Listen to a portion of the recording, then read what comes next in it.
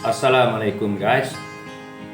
Ketemu kembali kita di siang yang panas ini, tentu di channel Psikologi Jalanan. Psikologi atau kejiwaan yang kita dasarkan dari pengalaman-pengalaman selama di perjalanan di lapangan, yang tentunya dari pemahaman-pemahaman yang ada, yang kemudian dari berbagai literatur atau literasi, berbagai guru-guru yang secara syar'i, secara pendidikan, apakah di bangku sekolah, ditambah juga dengan praktek-praktek di alam nyata yang membentuk pengalaman-pengalaman pribadi yang kita sering juga pengalaman spiritual, baik dalam kejiwaan atau dalam emosi yang membentuk jiwa kita, menimbulkan pandangan-pandangan yang berbeda dan sikap-sikap yang berbeda. Maka hari ini dalam kondisi yang panas, kita coba mengurai lagi beberapa makna dari tata bahasa atau dari psikologi bahasa yang akan melahirkan psikologi kejiwaan yang berbeda-beda di dalam kehidupan kita hari ini sebagai berbangsa, bernegara, dan terutama tentu umat Islam. Dan di sini tetap kami sampaikan, jangan cepat-cepat menerima dan jangan cepat-cepat menolak. Jika ada perbedaan setelah direnungi, dihayati, maka dijadikan suatu itu wacana, kekayaan di dalam pemikiran. Mengkayakan diri kita bahwa ada orang lain yang berbeda pemahaman, berbeda pendapat. Dan tentu acuan kita tetap selalu bahwa kebenaran semata-mata mutlak milik Allah. Harus ada suatu pemilik atau otoritas. Siapapun yang menyampaikan itu hanya penyampai biasa. Kebenaran semata-mata milik Allah. Kesalahan adalah dari kita sendiri. Ya. Kita masuk bahasan yang kemarin kita sudah membahas sedikit banyak tentang makna ma'rifat, walaupun tidak sempurna dalam waktu yang sedikit.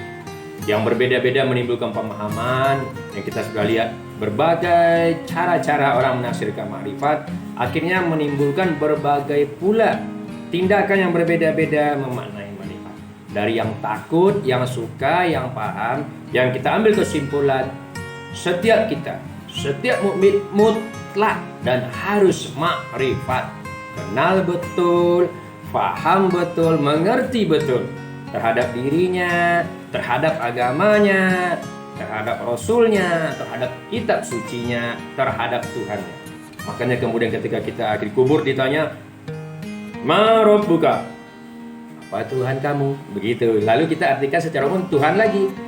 Ma kitabuka? Kitabmu. Ma nabiyuka? Siapa nabimu? Dan banyak pertanyaan. Kalau kita hurai dari makna bahasa itu sangat luas. Karena kita kemarin sudah membahas ma'rifat, kita sudah membahas Rob, maka ketika kita kata Man Rabbuka, siapa Tuhan kamu? Pertanyaannya bukan seperti itu lagi. Ketika kita cuma tukar SD, pertanyaannya matematiknya SD kelas 1 sampai kelas 6, 2 tambah 4 berapa? Piro?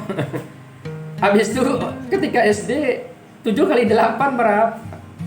Masuk akalkah ketika Anda masuk university, masuk ITB, Institut Teknologi Bandung, ditanyanya matematiknya 7 kali 8? Pertanyaannya ketika kita digambarkan dalam ceramah motivasi, ketika mati pertanyaan, Man Rabbuka? Jawabnya Allah. Apakah begitu? Begitu bodohkah malaikat? Begitu bodohkah Tuhan menanya seperti itu? Maka kita harus ada dalil akli, dalil akal, dan dalil nakli berdasarkan hadis-hadis uraian. Maka ketika ada ungkapan dari hadis begitu, kita harus gunakan akal kecerdasan kita untuk mengurai. Lalu kita gunakan nahwu sorof atau kajian literasi secara sastra Arab, ditambah beberapa buku, apakah balago, dan dari beberapa guru, beberapa ustadz, beberapa doktor linguistik, dan dari pengalaman pribadi. Kita ambil kesimpulan. Man Rabbuka bukan siapa Tuhan kamu. Rabbuka kan kita sudah urai, Rabb bermakna pendidik, pengatur, yang melindungi. Karena Rabb tidak sama lagi makna dengan Allah, tidak sama lagi makna dengan ilah, Tidak makna lagi dengan Malik. Rob bermakna pengatur, pelindung. Mana man rob buka. Di kubur tuh ditanya nanti, siapa yang menjadi peraturan hidupmu? Siapa yang kau jadi pertuhankan selama ini? Kalau hidupmu diatur oleh perempuan, oleh selingkuhanmu, maka Tuhanmu adalah selingkuhan. Apabila hidupmu diatur oleh hawa nafsumu bermain judi, maka judi adalah Tuhanmu. Apabila kau tergila-gila untuk dapat jabatan atau bergila-gila untuk menjadi pangkat, lalu kau menggunakan segala cara, positif, negatif, hitam atau putih, santet, pelet, secara uang, secara gaib, secara apa, maka Tuhanmu adalah jabatan. Artinya, apa yang menjadi rububiyah, rob, peraturan dalam hidup kita yang mengatur selama ini, itulah Tuhan kita. Maka tidak lain tidak jauh dari harta, tahta, perempuan, anak istri. Nah, itu kita boleh lihat dari dalam surat At-Taubah. Jadi siapa yang menjadi Tuhan kita? Surat Taubah, surat pentaubatan, supaya kita bertobat dari segala sesuatu menyebabkan mengatur hidup kita. Surat 9 ayat 24. Katakanlah, jika bapak-bapak, anak-anak, istri-istri, harta perniagaan, kaum kerabat, rumah-rumah yang kau takut rugi, perniagaan yang takut hilang, lebih, ingat kata-katanya, lebih dari engkau cintai daripada Allah dan Rasulnya. Allah kita tak nampak, Rasulnya tak nampak, kita urai nyatanya. Lebih engkau cintai, lebih engkau pahami, lebih engkau makrifati, lebih engkau ikuti daripada yang tersisa hari ini yang ada wujudnya, Quran, kitab suci di depan. Lebih dari engkau mengenalinya, dari petunjuk Rabb, dari rububiyah, yaitu peraturan Allah di depan mata, maka tunggulah pembalasan. Nah, kalau kita larikan tadi man rabbuka, siapa yang mengatur hidupmu sampai umur 50 tahun ini sampai tak ngerti Quran? Siapa yang mengatur hidupmu 50 tahun ini Shiratal Mustaqim tak paham? Kita sekolah sampai tinggi, mengejar literatur sampai tinggi, bahkan makna bahasa kita urai. Literasinya sampai kita melihat, kita sampai mendownload, kita sampai ke Google, sampai cari perpustakaan melalui dunia maya, berselancar mencari perpustakaan di berbagai universiti untuk memahami sebuah makna, untuk membuat skripsi, membuat pemahaman. Tapi kenapa ketika untuk memahami makrifat jalan hidup, man rabbuka, agar mengerti siapa peraturan hidup, kita tidak pernah berselancar banyak literatur. Kita hanya modalkan nebeng, numpang dengan literatur yang diperoleh dari SD, yang katanya Shiratal Mustaqim serambut dibelah 7, yang katanya Lailatul Qadar itu anginnya dingin, sejuk, air laut membeku, kelapa merunduk, ikan melompat. Ya Allah, ya Rabbi. Yang katanya asal ngucap syahadat pasti masuk surga, walaupun berzina, judi, mabuk, langsung sesempit itu. Kan hadisnya sahih, betul. Semudah itukah makna? Akhirnya bagi kita kurangnya pemahaman, kurangnya mencari literasi, padahal ada. Hari ini begitu mudah di balik telapak tangan internet kita mengetik. Akhirnya kita menganggap mudah surga, menganggap mudah neraka, dan menganggap mudah sebuah pentaubatan. Kalau kita mengerti sifat Tuhan yang lain begitu banyak, Allah disebut Al-Qahhar, Aziz, perkasa. Tuhan juga Maha Pengazab, Sari'ul Iqab, cepat azabnya, nggak diduga-duga. Kita pikir nanti setelah kita pensiun, kita taubat dari segala perzinaan, perjudian, perampokan. Adalah masa rajin di hari tua ke masjid, jamaah tak tinggal, subuh tak tinggal, sedekah banyak, berkorban. Belum sampai kita pensiun, anak kita musibah, diletak di rumah sakit bertahun-tahun, 7 tahun, 8 tahun. Apa maksudnya?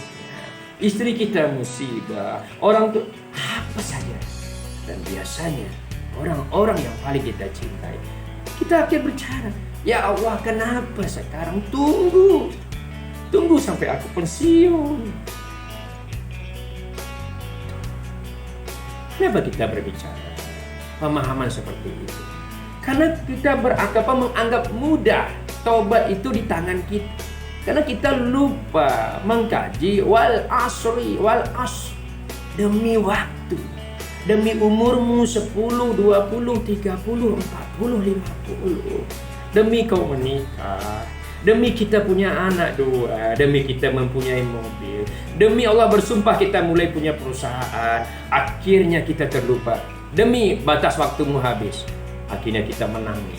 Sering ketika kita tergeletak di rumah sakit, terkena penyakit berat, ketika hayat sudah mulai sudah nampak alam kubur, kita tak mampu berbicara karena kita tahu dosa kita.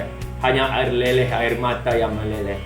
Hati berbicara, ya Allah, bermohon kepada pemilik langit, kau ambil pun nyawa aku boleh, tapi tunggu sampai anakku besar bisa menikah, ya Allah. Tunggu sampai dia lulus kuliah, tinggal 2 semester lagi. Yang kecil ini tunggu, ya Allah, sampai dia dewasa dulu, minimal SMA. Ya Allah, istriku sedang mengandung. Aku sanggup dicabut nyawa, tapi tunggu sampai dia lahiran, ya Allah, sampai aku melihatnya, wajahnya. Tapi sesering mungkin andai berandai, ketika dosa menghantui, maka suara roh di jiwa berbicara. Mungkin waktu kita habis, bro. Aku selama ini roh yang kau belenggu di dalam jiwamu dengan hawa nafsumu, mengingatkanmu di detik terakhir. Bermunajatlah kepada Tuhan, maka air mata yang mengalir. Itu maksudnya, guys. Jadi kita terlalu mudah karena tidak memahami makna bahasa, tidak memahami tadi, dan kita tidak mau mencari literatur, tidak mau berdialog, tidak mau mendengar masukan kiri kanan. Kita menyempitkan pemahaman. Bertolak belakang ketika kita sekolah di bangku sekolah, dari insinyur, sarjana, master, PhD, bahkan sampai profesor. Kita membuka wawasan kita. Kita menerima literatur A, literatur B, literatur C. Dan heran pula, jiwa kita lapang menerima perbedaan dan sanggup menyediakan jiwa kita untuk sebuah goncangan bahwa kita kosong, bahwa ilmu kita hanya tangkap sarjana, ketika S2 kita kosong, lalu kita terima. Tapi aneh, ketika untuk memperbaiki jiwa kita, rohani kita menutup. Ada literatur tentang mazhab, oh, kita tak mau, jangan. Banyak-banyak mazhab nanti sesat, pusing. Kata ustadz yang A, kita terima. Ada yang kedua, oh tak boleh, mana boleh, nanti kita tak boleh begitu. Ketika ada dialog, Malaka dari literatur bahasa, linguistik, Malaka, Maluku, kalimatnya sama, Mim Lamka, gambaran perjalanan Islam. Kajian sejarah boleh, kajian tata pemerintahan, kajian linguistik bahasa boleh. Maka ada kedekatan Malik Yaumiddin. Oh tak boleh. Yang betul kata Om Google, yaitu Malaka diambil dari kata buah Malako. Bagaimana kita mengatakan merujuk pada Google, sebuah kitab suci? Guys, kita menutup. Sehingga yang terjadi sekarang umur 46, 47, bahkan ada yang 90, 80 masih bercerita begini, guys. Lailatul Qadar tuh nanti pohon kelapa merunduk sujud ke bumi, seluruh tanaman di gunung sujud, hewan-hewan diam, lautan berhenti, air menjadi beku, ikan-ikan melompat, suasana tentram. Tuh yang kemudian bagaimana ingin meniti Shiratal Mustaqim, dia sehelai rambut dibelah 7. Kalau kamu berkorban, hewan tunggangan korban menjadi tunggangan menuju ke surga, betul. Bagaimana tunggangan meniti jembatan serambut dibelah 7? Jadi dia bercampur. Hadis sahih, hewan tunggangan itu betul dicampur dengan serambut dibelah 7. Kita lupa menggunakan dalil akli. Bagaimana akal kita? Begitu rumitkah Tuhan menjelaskan jalan menuju surga sehingga serambut dibelah 7? Kita lupa. Kita belajar pada pembelahan inti. Bagaimana, apakah perlu dibelah dengan sinar laser, sinar gamma, sinar beta? Bagaimana membelah rambut? Sehingga agama begitu sempitkah? Sehingga kita lupa kisah-kisah Nabi.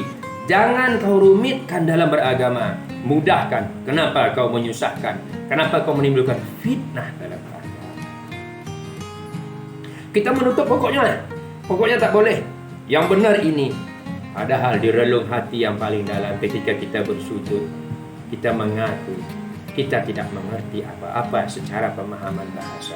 Ketika pemahaman bahasanya tidak mengerti, maka pemahaman, makna, dan acting tindakan mesti juga tidak mengerti, guys.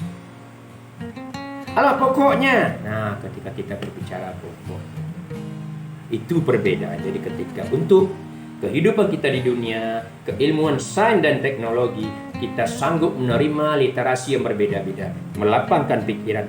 Tapi ketika memahami prinsip agama, kita menutup literasi dengan alasan banyak-banyak pemahaman, pusing kepala kita, tersesat.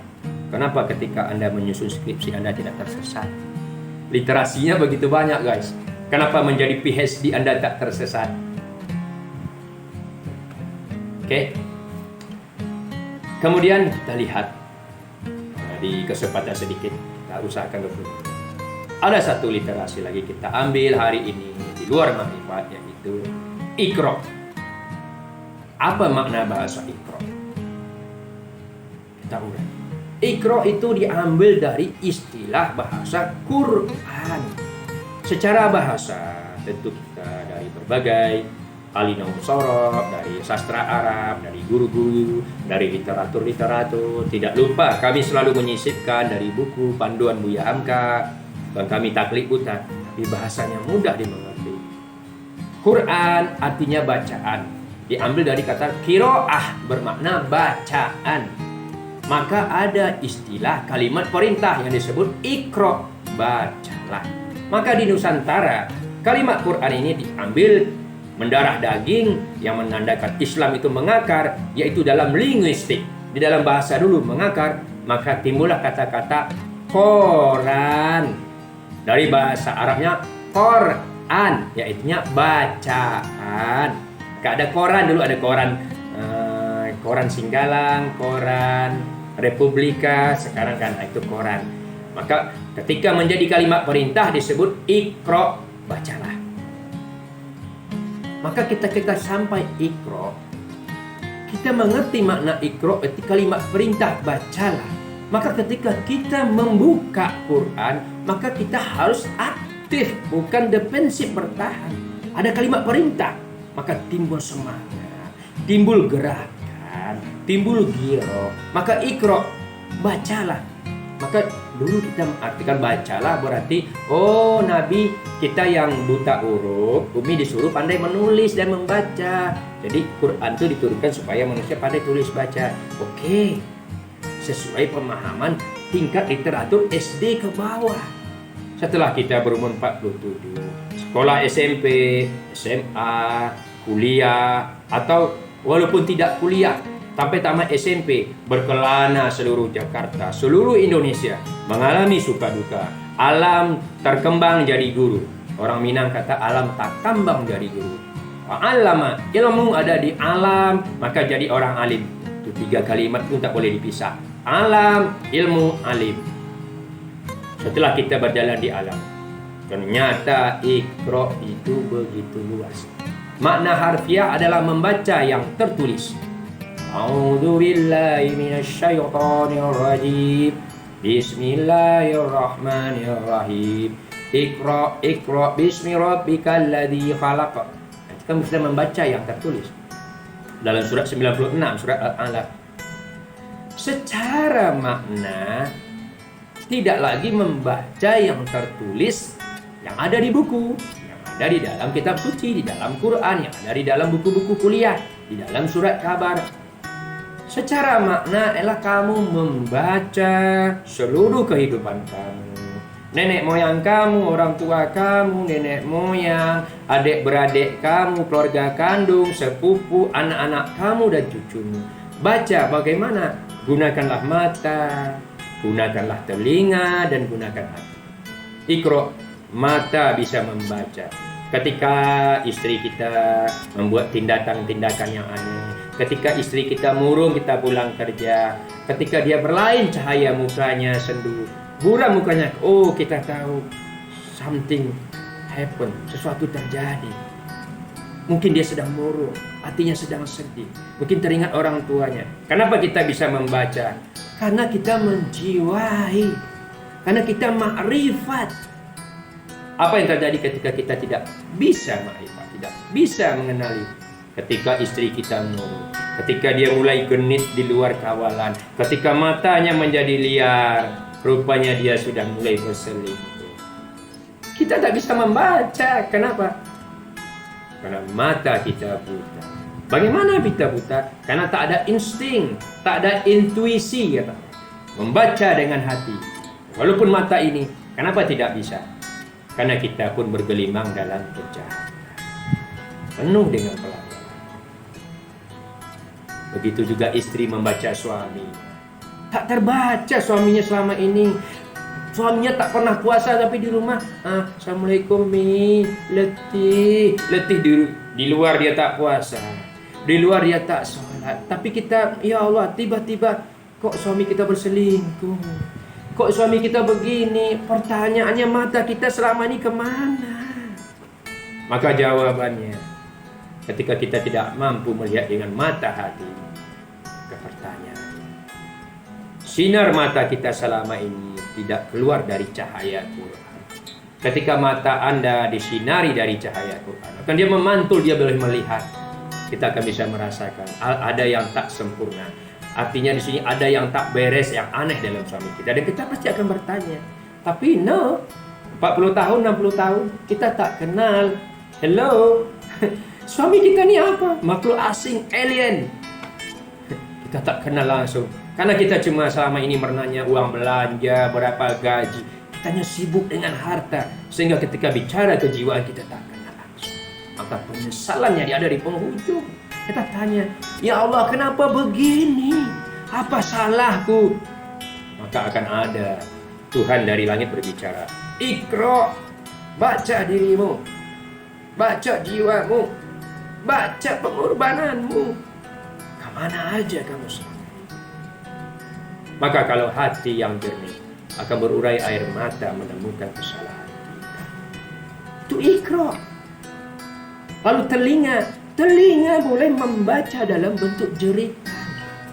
Anak kita pulang, anak kita habis berzina, anak kita habis diraba oleh temannya, anak kita habis jatuh, anak kita habis berselingkuh, anak kita rumah tangganya baru bercerai, anak kita narkoba, dia pulang menangis menyesal dan pulang dalam keadaan murung. Sampai kita berjumpa, kita tengok biasa aja, paling kurang duit belanja.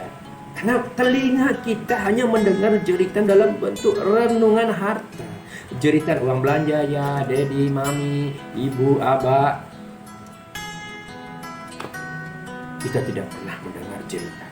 Kalau kita sering mendengar jeritan orang-orang luar, orang-orang miskin, orang-orang tertindas, anak-anak yatim, ibu-ibu jompo, orang-orang yang bertarung mencari nasi, sesuap nasi untuk pagi di pagi hari, untuk sore di sore hari. Dapat hari ini, habis hari ini.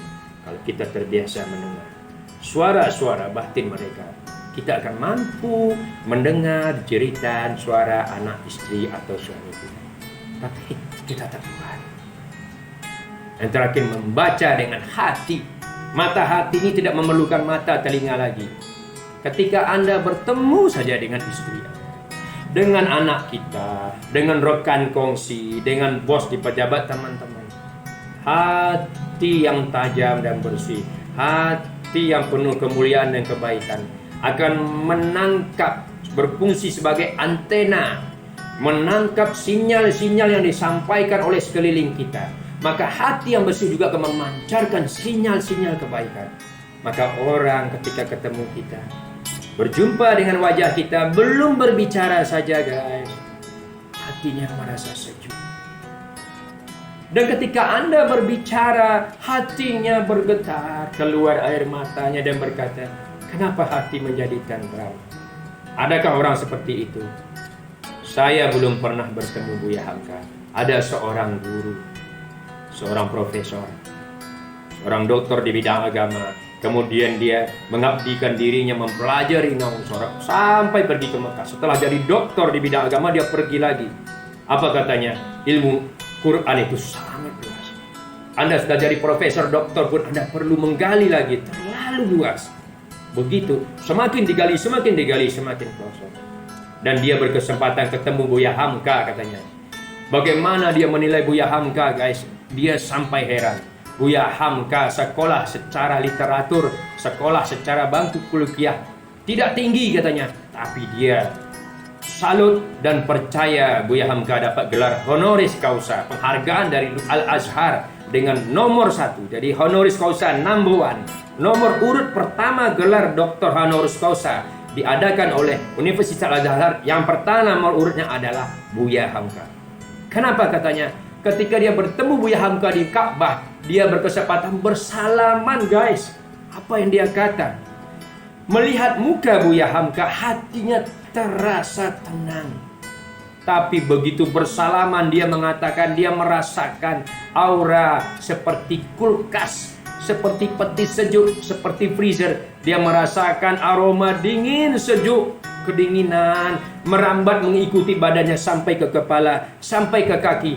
Dan saat itu dia boleh bergetar. Dia cuma mengucap apa, guys? Subhanallah, Allahu Akbar di tanah suci. Saya yang mendengar itu tahun 95, saya tidak boleh bayangkan, guys. Berdasarkan pengalaman batin saya di perjalanan, setinggi apa makrifat Buya Hamka ini, sejauh mana pengalaman spiritual batinnya, hanya dengan bersalaman, tanpa berbicara. Bagaimana kita hari ini? Kadang hari ini orang sudah berpidato bersemangat, memotivasi bersemangat, berceramah dengan berapi-api. Tapi apa yang terjadi? Jemaah yang mendengar masih cengengah-cengengah, tidak ada perubahan. Makna Iqra tidak sekadar pandai tulis baca, tidak sepandai supaya buta. Iqra membaca diri. Setelah kita baca, maka bacaannya adalah, qiraahnya adalah Quran. Jadi Quran adalah apa saja yang bisa kamu baca. Maka makna Quran dibagi. Pertama, secara Quran adalah huruf yang tertulis, yang kalau dibaca ada bunyinya Alhamdulillahi Rabbil Alamin. Itulah mushaf Utsmani, yang sempurnanya di masa Utsman, yang kita baca di antara 2 jilid, 114 surat, 30 juz. Itulah dia Iqra, membaca yang tertulis, Quran yang tertulis. Yang kedua, Quran yang di alam nyata, tidak tertulis, tidak berhuruf, tidak berbunyi, tapi dia ayat Quran. Itulah alam semesta. Danau, gunung, langit, jin dan jun, malaikah, iblis, syaitan, guru, sekolah, murid, semua di luar Allah, makhluk yang ada, bahkan Allah sendiri, sifat-sifat Allah yang kita tuliskan di dalam Quran di alam semesta. Ketika kita berjalan siang dan malam, terdesak dalam kesendirian, sedih berkepanjangan ketika tidak ada lagi yang menolong, andai tolan lari, saudara lari, sahabat lari, tinggallah kita seorang diri. Lalu di saat itu mulai menyeru, oh God, oh Tuhan, turunlah dari langit, aku akan berpuasa. Lalu kita berpuasa seminggu, sekarang berpuasa seminggu, mengharap ridho dari langit. Lalu datang pertolongan, dituntun di dalam perjalanan, turunlah bahasa-bahasa langit. Maka saat itulah baru kita mengenal Ar-Rahman Ar-Rahim. Sesungguhnya Allah Maha Pengasih. Tapi kita tidak membaca di dalam Al-Quran, dia di alam semesta. Lalu ketika kita berbuat kejahatan, kita tahu berzina salah, berjudi salah, korupsi salah, tapi kita kedesak, kepepet. Anak mau kuliah, kita perlu 500 juta, kita sikat lah. Nanti setelah tua kita tobat, nanti tua bangun masjid, sedekah, pokoknya tobat, taubatan nasuha. Tapi kita tahu kita melanggar. Tidak ada orang tahu tidak berbuat dosa. Tapi setelah kita selesai, lalu kita dihantui dosa. Lalu tiba-tiba terjadi musibah. Anak yang kita kuliahkan, anak yang kita sekolahkan kecelakaan, musibah, dipanggil oleh Tuhan. Terduduklah sujud, ya Allah, di makam. Terus sujudlah di atas masjid, terus sujudlah di rumah, memandang ke langit, mengangkat tangan seperti ini, guys. Ya Allah, jiwa-jiwa yang merana, ya Allah. Seandainya dari awal lagi saya tahu itu kesalahan, saya ikuti hati nurani, Kau tak akan panggil, ya Allah. Aku tahu Kau panggil anak-anak yang aku cintai. untuk menyadarkan aku, ya Allah, tapi jiwa ini terlalu berat. Maka pada saat itu kita mulai mengambil pelajaran. Ya Allah, mulai hari ini aku tahu Engkau juga syari'ul iqab, sama kejam azab. Sangat sedih, sangat pedih, bahkan boleh dikatakan Engkau juga sangat pendendam. Sekecil zarah pun kesalahan Kau catat tidak boleh dilupakan. Tetapi masa yang sama Engkau juga maha penyayang. Segunung dosa kan boleh Kau hapuskan. Maka hari ini ya Allah, aku camkan di kepala aku, Engkau juga sangat pendendam. Jangan bermain api, pasti. Maka ikroknya sampai. Maka sampai ke sana guys, tercapailah sasaran. Ya, sampai di sini kita bahas hari ini. Kebenaran semata-mata dari Tuhan, dari Allah. Jangan ragu-ragu, sampaikan kepada yang lain. Kesalahan dari kami sendiri. Dan subscribe seperti biasa itu adalah sandiwara, skenario di dalam internet. Bagaimana dia melegalkan, bagaimana untuk mencapai pendengar-pendengar yang lain dengan subscribe. Tapi itu no problem. Dan seperti biasa yang kami sampaikan, jika ada perbedaan yang terjadi pemahaman, jangan cepat-cepat menerima atau menyesatkan, mengatakan bid'ah atau salah. Teliti, renungi, jika yakin salah, tolak secepat mungkin. Itu kesalahan kami dan tetap kami mohon maaf dan kami sempurnakan. Dan semoga apa-apa yang berbeda dari literatur kita, dari basic kita, dari guru-guru kita, dan dari pengalaman spiritual kita, makrifat mengenal Tuhan di alam nyata. Jadi tadi Quran membaca secara tertulis mengenal Allah melalui literatur, dalil, nakli yang tertulis, yang sah. Apakah itu? Tentu yang pertama Al-Quran dulu, baru hadis sahih. Kemudian dalil akli, akal kita berkembang, ditambah dengan pengalaman spirit di perjalanan. Itu melahirkan yang berbeda. Ya demikian, semoga Allah tetap membimbing kita dan kita diselamatkan. Wassalamualaikum.